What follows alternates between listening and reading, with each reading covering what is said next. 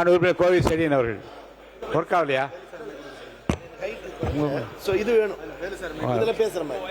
வந்துடுங்க. பக்கத்து மைக்கில் முடியுமா? அது சரி, ஓகே ஓகே, நோ ப்ராப்ளம். மாண்புமிகு பேரவைத் தலைவர் அவர்களே, வரலாற்று சிறப்பு மிகுந்த தமிழக சட்டப்பேரவையில் இன்றைக்கு 6 துறை மீதான விவாதம் தொடர்ந்து நடந்து கொண்டிருக்கிறது.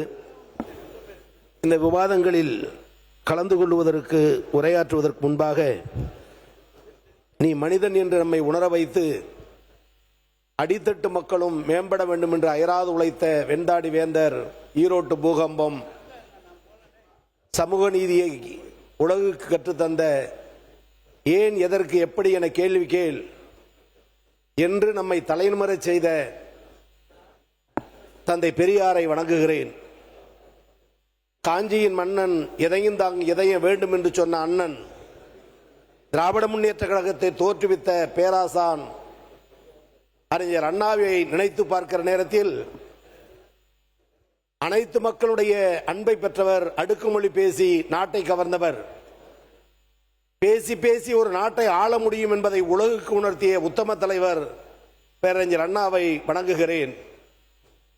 முத்தமிழறிஞர், மூதறிஞர், பெரியாராய் அண்ணாவாய் வாழ்ந்து காட்டிய அற்புத தலைவர். மன்னார்குடியில் அண்ணா பேசுகிறார், கலைஞர் மேடை ஏறுகிறார். முன்பாதியை நான் எழுதிவிட்டேன், பின்பாதியை என் தம்பி கருணாநிதி எழுதுவார் என்று அண்ணாவால் அறிமுகப்படுத்தப்பட்ட அற்புத தலைவர். நான் சொல்லுவதை செய்கிற தம்பிமார்கள் ஆயிரக்கணக்கில் எனக்கு உண்டு. ஆனால் நான் நினைத்ததை செய்கிற ஒரே தம்பி திருவாரூர் கலைஞர் கருணாநிதி என்று அண்ணா பொக்கிஷமாக தந்த அற்புத தலைவர். பல்கலைக்கழகம் செல்லாமலேயே பல்கலைக்கழகங்களுக்கு பாடமான தலைவர். என்றும் எங்கள் நினைவில் வாழுகிற டாக்டர் கலைஞரை வணங்குகிறேன்.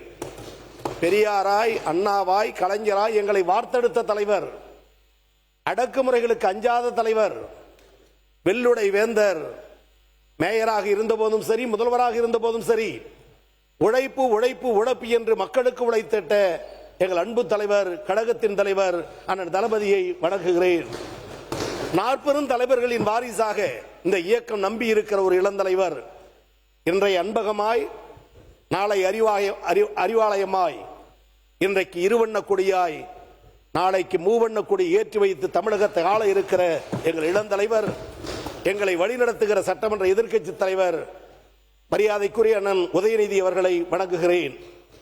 மாண்புமிகு பேரவைத் தலைவர் அவர்களே, மாண்புமிகு முதலமைச்சர் மற்றும் அமைச்சர் பெருமக்களுக்கும், எதிரணியில் இருக்கிற முதல் வரிசை தலைவர்களுக்கும், முன்னாள் அமைச்சர் பெருமக்களுக்கும், முதல் முறை தேர்வு செய்யப்பட்டிருக்கிற சட்டமன்ற உறுப்பினர்கள், குறிப்பாக பெண் சகோதரி சட்டமன்ற உறுப்பினர்களுக்கும், அவையில் நிரம்பியிருக்கிற பத்திரிகை மற்றும் ஊடகத்துறை சார்ந்தவர்களுக்கும் என்னுடைய மனமார்ந்த நன்றியை தெரிவிக்க கடமைப்பட்டிருக்கிறேன்.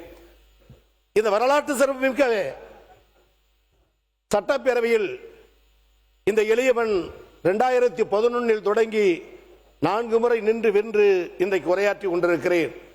2011, 2016, 2021, 2026 என்று 4 முறையும் தஞ்சை மாவட்டம் திருவிடைமருதூர் தொகுதியில் ஒரு ஓலை குடிசையில் பிறந்த ஏழை தொண்டனை தேர்ந்தெடுத்து அனுப்பிய திருவிடைமருதூர் தொகுதி வாக்காளர் பெருமக்களுக்கும், அந்த அரிய வாய்ப்பை எங்களுக்கு வழங்கிய அன்பு தலைவர் கலைஞர் அவர்களுக்கும், அண்ணன் தளபதி அவர்களுக்கும், எங்கள் சட்டமன்ற எதிர்க்கட்சி தலைவர்களுக்கும், முதன்மை செயலாளருக்கும், அரசு கோடா மற்றும் ஐயா MRK போன்றவர்களுக்கும், எனது வெற்றிக்கு அரும்பாடுபட்ட கூட்டணி கட்சி தலைவர்களுக்கும், எங்கள் முன்னேற்ற கழகத்தின் முன்னணி நிர்வாகிகளுக்கும் அனைவருக்கும் இந்த நேரத்தில் நன்றி உணர்வோடு நான் நன்றியை தெரிவிக்க கடமைப்பட்டிருக்கிறேன்.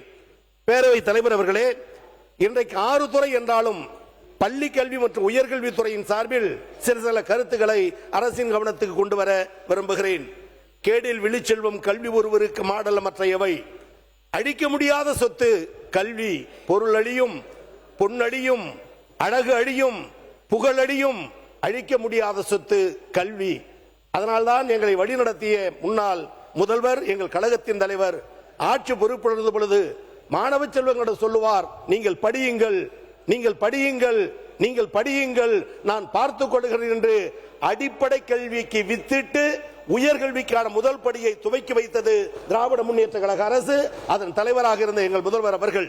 பேரவைத் தலைவர் அவர்களே, இந்த சபையில் பேசுகிற நம்முடைய மாண்புமிகு அமைச்சர் பெருமக்கள் சாமானியர்களாக நாங்கள் இன்றைக்கு வந்திருக்கிறோம், சபையை பாருங்கள் என்று சொல்லுகிறார்கள். சாமானியர்களாக இன்றைக்கு நிரம்பி இருக்கிறோம். உங்களை போல் நாங்கள், எங்களை போல் நீங்கள். ஆனால் 1967, 68, 69 தேர்தல் காலங்களில் ராமநாதபுரத்து மன்னன் புகழ்பெற்ற சண்முகராஜா சேதுபதி என்ற ஒரு அமைச்சர் மன்னராட்சியினுடைய தொடர்ச்சி வளர்ச்சியாக இருந்தவர். ராமநாதபுரம் தொகுதியில் 1967 சண்முகராஜா சேதுபதி என்ற அந்த மன்னர் வீட்டு பரம்பரையை ஒரு குதிரை வண்டிக்காரர் தங்கப்பன் மூலம் திராவிட முன்னேற்ற கழகத்தின் வெற்றியை உறுதி செய்திருக்கிறோம். சாமானிய மக்களின் பிரதிநிதியாக பொது தொகுதியில் நாங்கள் வென்றிருக்கிறோம் என்று பெருமைப்பட சொல்லுகிறீர்கள். வெல்லட்டும், எதிர்காலத்தில் அது சிறக்கட்டும். ஆனால் முதலில் கோயம்புத்தூரில் பொது தொகுதியில் சீட்டி தண்டபாணி என்ற திமுக தொண்டரை நிறுத்த வைத்து பொது தொகுதியில் ஒரு அட்டவணை பட்டியலில் உள்ளவர் வெற்றி பெறலாம் என்ற முதல் சாதனையை பாராளுமன்ற சட்டமன்ற தேர்தல் வரலாற்றில் துவக்கியது எங்கள் கழக தலைவர், அன்பு தலைவர். எனவே இந்த தருணத்தில் அரசின் கவனத்திற்கு மிக கவனமாக எடுத்துச் செல்ல வரும்போது, கடந்த முறையோடு கூட கவன ஈர்ப்பு தீர்மானத்தில் குறிப்பிட்டேன். பாரதிதாசன் என்ற மாணவர் 2ஆம் ஆண்டு PhD அம்பேத்கர் பெயரில் அமைக்கப்பட்ட வெளிநாட்டு கல்வி மாணவர்கள் திட்டத்தின் கீழ் நிதி பெறவில்லை.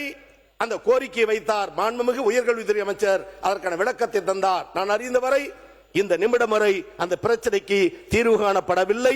மீண்டும் வலியுறுத்துகிறேன். பதில் சொல்லும் பொழுது அமைச்சர் தெளிவாக சொன்னால் அது சபைக்கும் நல்லது, மக்களும் புரிந்து கொள்வதற்கு வாசிப்பாக இருக்கும்.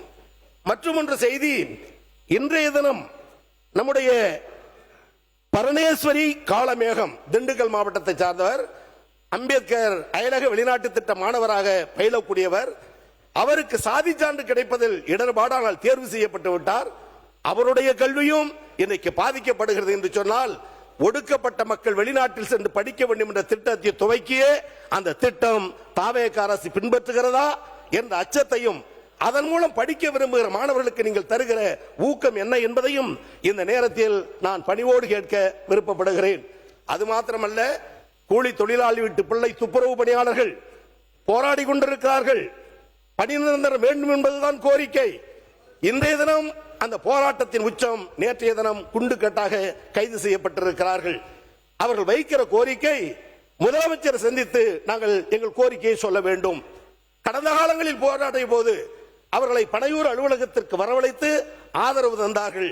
இன்றைக்கு அவர்களை அடைக்கவும் இல்லை, மாறாக கைது செய்யப்பட்டிருக்கிறார்கள். பணிவோடு இந்த நேரத்தில் நாங்கள் கேட்டுக்கொள்ள விரும்புவதெல்லாம் பதிலே வந்துக்கலாம்.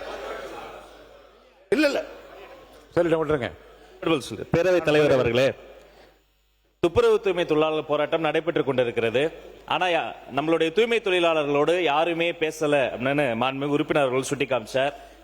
இந்த போராட்டத்தை முன்னெடுத்துக் கொண்டிருக்கக்கூடிய தோழர் பாரதி அவர்களோடு நானும் ஆதவ அவர்களும் நேரடியாக பேசினோம். இந்த செஷன் முடிந்த பிறகு இன்று மாலையே அந்த தூய்மை தொழிலாளர்களை நேரிலும் சந்தித்து அவர்களுடைய பல வகையான கோரிக்கைகள் இருக்கு, நீண்ட நெடுங்காலமா இருக்கு, அது பேசி சுமூகமாக தீர்த்து வைக்கப்படும் என்பதை தெரிவித்துக் கொள்கிறேன். இனி செல்லும் இடமெல்லாம் செய்தி. தந்தி டிவியின் வாட்ஸ்அப் சேனலை ஃபாலோ பண்ணினா செல்லருக்கும் இடமெல்லாம் செய்தி. இதோ QR கோட், இப்பவே ஸ்கேன் பண்ணுங்க, ஃபாலோ பண்ணுங்க.